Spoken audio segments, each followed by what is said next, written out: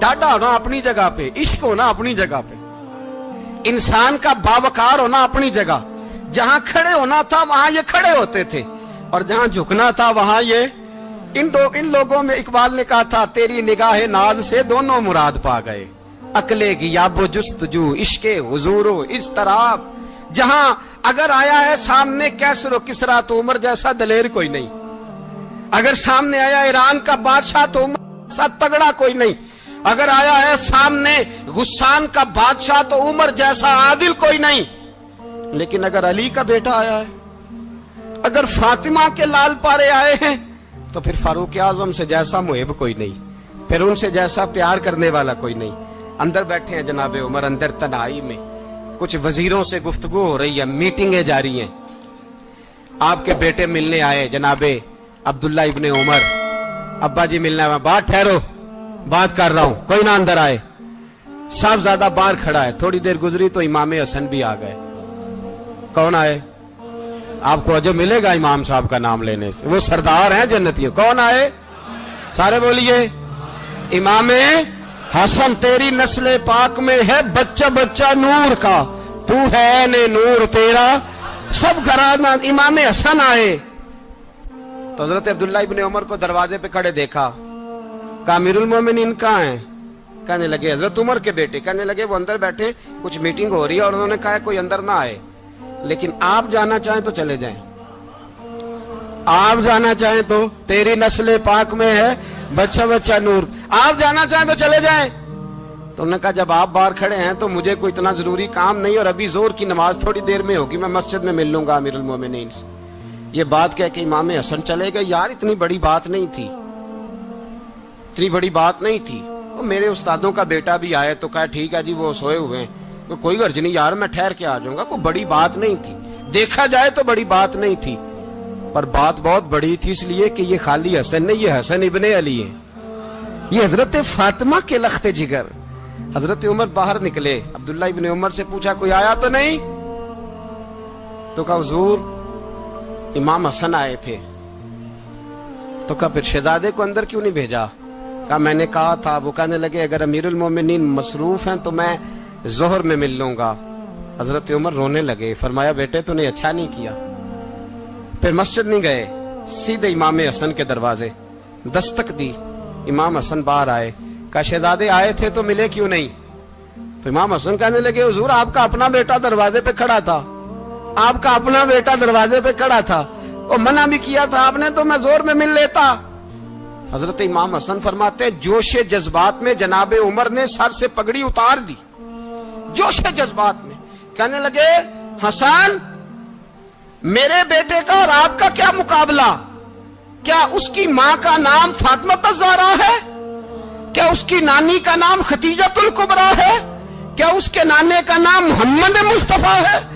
آپ کا اور اس کا کیا مقابلہ؟ پھر رو پڑے اور کہنے لگے بیٹے میں مکے کے صحراؤں میں اونٹ چرایا کرتا تھا، یہ جو میرے سر پر عزت کے بال ہیں یہ تیرے نانے کے اگائے ہوئے، میں مکے کے خبردار شہزادے خبردار۔ او بھائی اہل بیت نبوت کے ادب کا رنگ اگر سکھایا ہے تو سیدنا عمر نے سکھایا ہے۔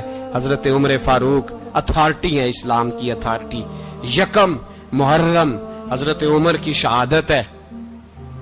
یہودی بول اٹھا، کافر بول اٹھا، اگر 6 مہینے عمر دنیا میں اور رہتے تو دنیا میں کوئی کافر موجود نہ ہوتا۔ 6 مہینے، اور جب اس بطل جلیل کا جنازہ اٹھا، اللہ بخاری پڑھیے نا، اللہم ارزقنا شہادتن فی سبیلک، اللہ بسترے کی موت نہ دینا، شہادت کی دینا۔ عمر شہید ہوئے، مسجد نبوی میں نماز پڑھاتے، اور جب جنازہ اٹھا تو مدینے کا پھر پیچھے جو دلیر بچے وہ مولا علی تھے۔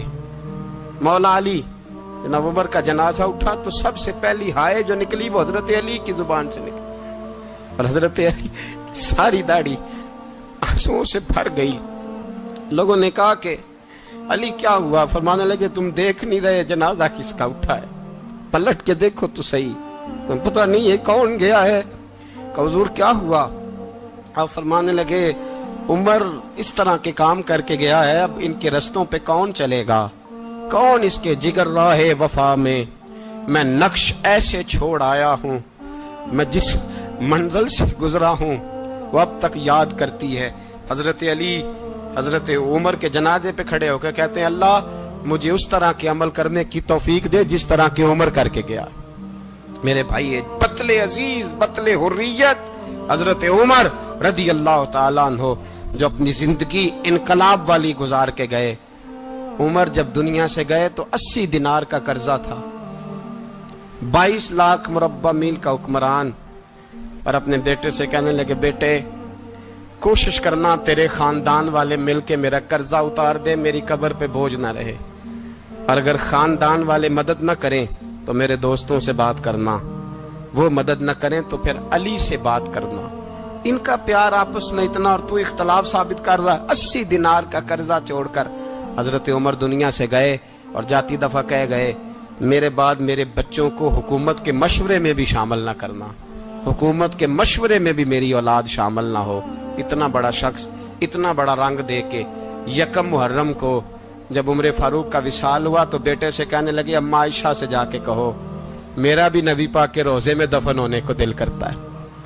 ایک قبر کی جگہ ہے اماں جی نے اپنے لیے رکھی ہے, بخاری ہے بخاری.